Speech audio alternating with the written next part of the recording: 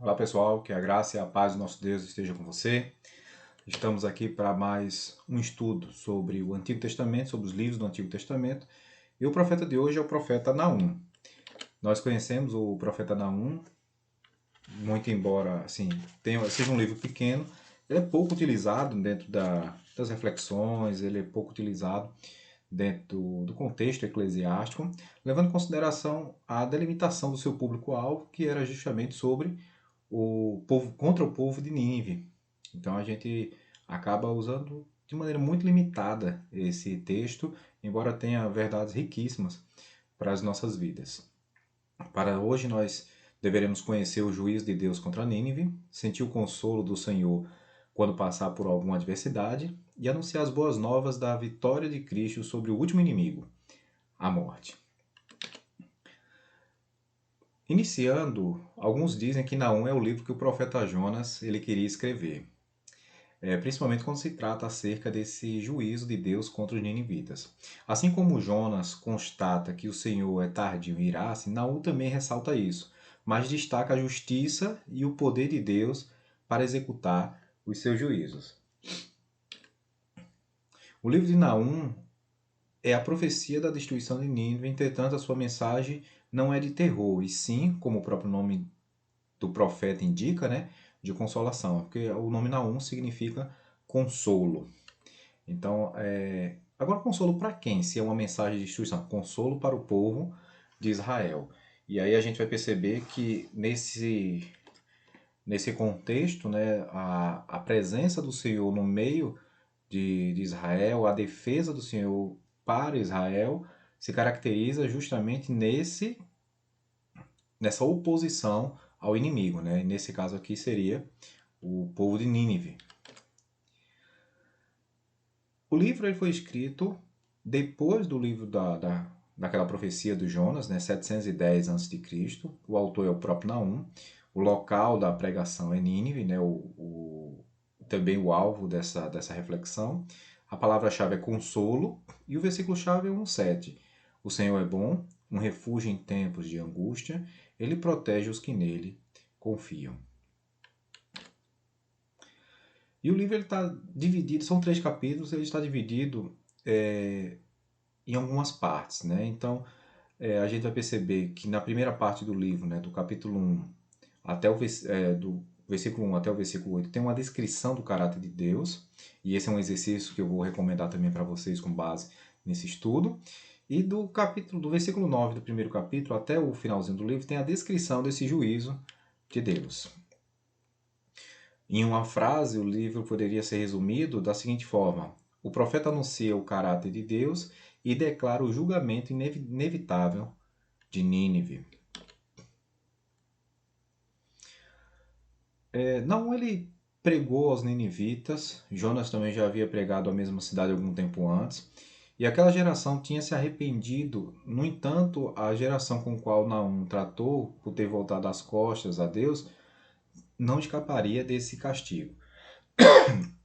E aqui, meus queridos, a gente vai perceber que nesse contexto, eu já mencionei com vocês, quando a gente estudou o livro de Jonas, que quando os ninivitas eles saíam em batalha, né, eles eram cruéis nesse processo, né, de invasão das terras, principalmente quando dominavam algum soldado inimigo, né, tinha um processo de, de castigo, de tortura, que culminaria, claro, numa morte muito lenta e dolorosa para cada um desses soldados, e isso era considerado abominável naquela época, né, mesmo entre nações inimigas.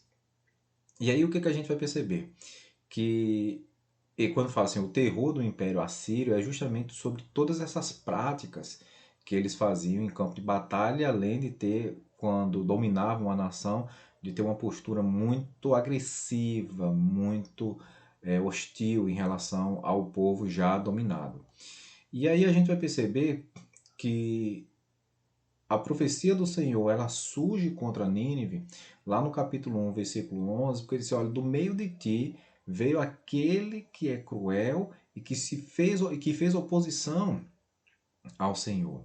Então, a profecia está se dirigindo a esse povo que outrora havia se arrependido e tinha sido poupado do castigo, mas que agora, levando em consideração os seus líderes, que eram também líderes religiosos, eles estavam agora se levantando contra o Senhor.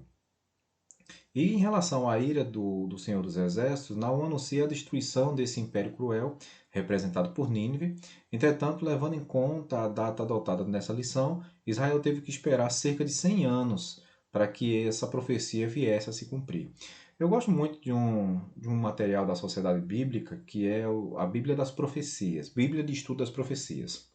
E o que que essa Bíblia ela faz, né? Ela não ensina a gente a profetizar, as profecias já estão lá na Bíblia.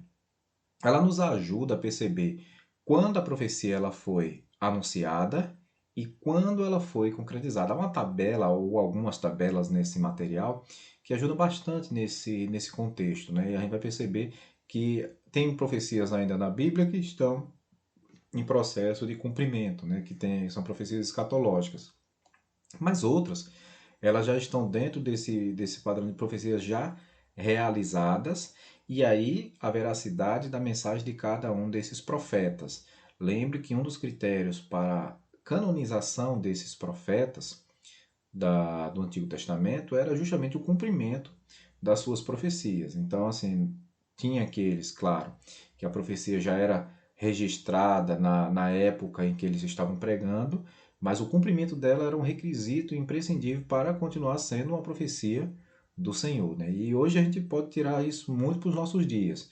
Há uma prática que algumas pessoas têm de quererem profetizar sobre a vida dos outros, e aí qual o critério que a gente deve seguir, né? A gente percebe que essas profecias que às vezes as pessoas tentam colocar, né? A gente vai até brincar e criar vai fazer uma chacota com esse, não é uma profecia, é uma profetada. Mas aí é preciso que haja realmente uma confirmação, uma realização desse ato para que essa palavra, né, realmente tenha vindo do Senhor. A gente precisa ter muito cuidado hoje em dia com isso, né? Quando a gente pensa do ponto de vista doutrinário, a gente vai perceber que o livro Naum só é obtido quando, assim, a gente só percebe essas doutrinas quando a gente lê esse livro, né, dentro da ótica dos judeus, né?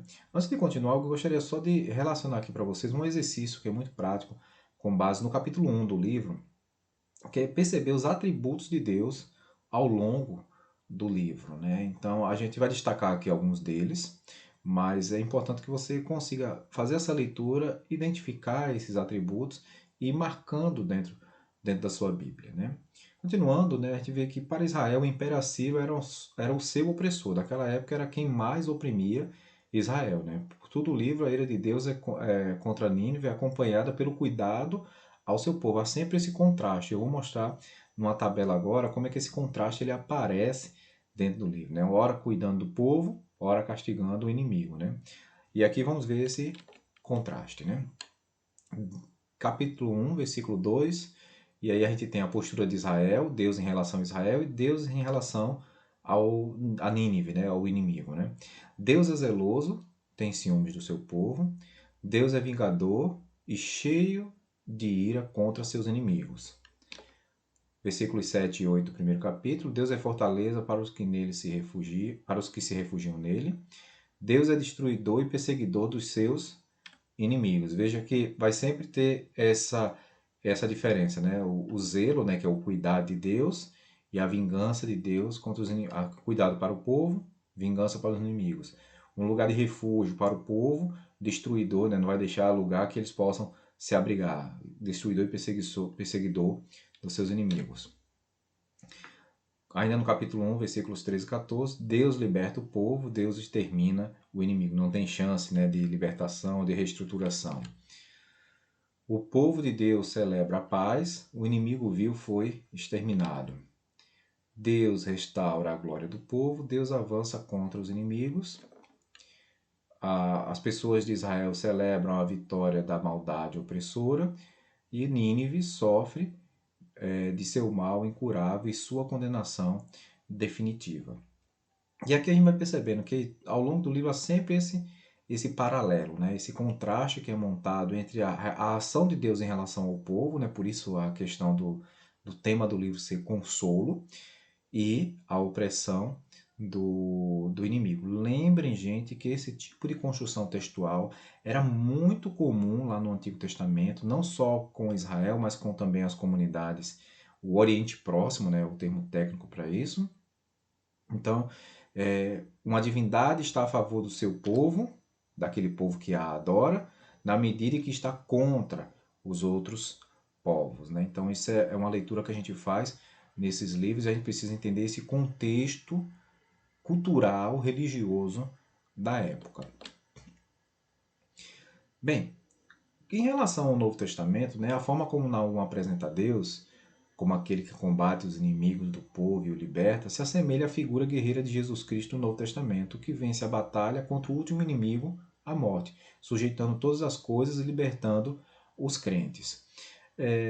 É uma analogia, né, que fazemos em relação a essa comparação, né, a gente tem esse reflexo, não é algo que devemos ou precisamos levar ao pé da letra, né, mas é algo que a gente vai fazer uma comparação, né, em relação a esse processo, né, de libertação do povo, da vitória de Cristo sobre a morte e a garantia dessa vitória para aqueles que o seguem, né? Então, a gente tem aqui não mais uma nação como inimiga, mas nós temos aqui uma entidade, né? Nós temos aqui o inimigo das nossas almas, né? O inimigo mais poderoso da humanidade, né? Que atua contra a humanidade, sendo aqui vencido pelo Cordeiro de Deus chamado Jesus Cristo, né? Nome esse pelo qual todas as coisas, né, serão sujeitadas, né? Então, garantindo aí essa liberdade dos crentes. Uma profecia que aguardamos o seu cumprimento quando chegar o dia da chamada do Senhor. Quem estiver na lista do Cordeiro, né, quem estiver alinhado com o Cordeiro de Deus, estará aí também livre da morte e também da condenação eterna. A guerra de Deus contra os seus inimigos antecipa a consumação desse tema da guerra de Cristo contra Satanás em Apocalipse. Né? É um resumo de todo esse material. Né? Se por um lado, em Naum, a guerra de Deus contra os inimigos é essa analogia dessa antecipação, ou antecipa, né, essa consumação desse tema da guerra de Cristo contra Satanás. E aí a gente vai perceber o seguinte: em um material lá do Antigo Testamento, nós tínhamos uma vivência que era guardada terrenamente, né, que era aguardada para o momento presente, embora tenha demorado alguns séculos, né, levando em consideração a data do livro, tá, gente? A data que foi adotada nessa lição, que aí poderia ter, assim, levando em consideração outras datas, poderia ter sido reduzida a décadas, a um período bem mais curto, mas aí temos aqui também uma profecia para o povo da igreja, para a igreja hoje, né, que é justamente sobre essa vitória sobre a morte, sobre a opressão, sobre o inimigo das nossas almas. Né? Uma profecia que a gente aguarda o cumprimento, crendo, mantendo firme a nossa fé. Queridos, na próxima semana nós vamos estudar o livro do Abacuque. Esse é mais conhecido, esse é mais utilizado pela igreja, e eu recomendo que você faça uma leitura prévia para que quando a gente chegar, né, a trazer esse estudo, você já tenha aí uma base de leitura em relação ao livro. Em relação a Naum, faça a leitura, se você ainda não fez, faça a leitura, são apenas 3 capítulos, dá para a gente fazer uma leitura em um único momento, e eu tenho certeza que você vai conseguir aí fazer aplicações, vai ser uma não, fazer várias aplicações da palavra de Deus em sua vida. Desejo a você uma semana abençoada e nos encontraremos no próximo estudo. Até a próxima.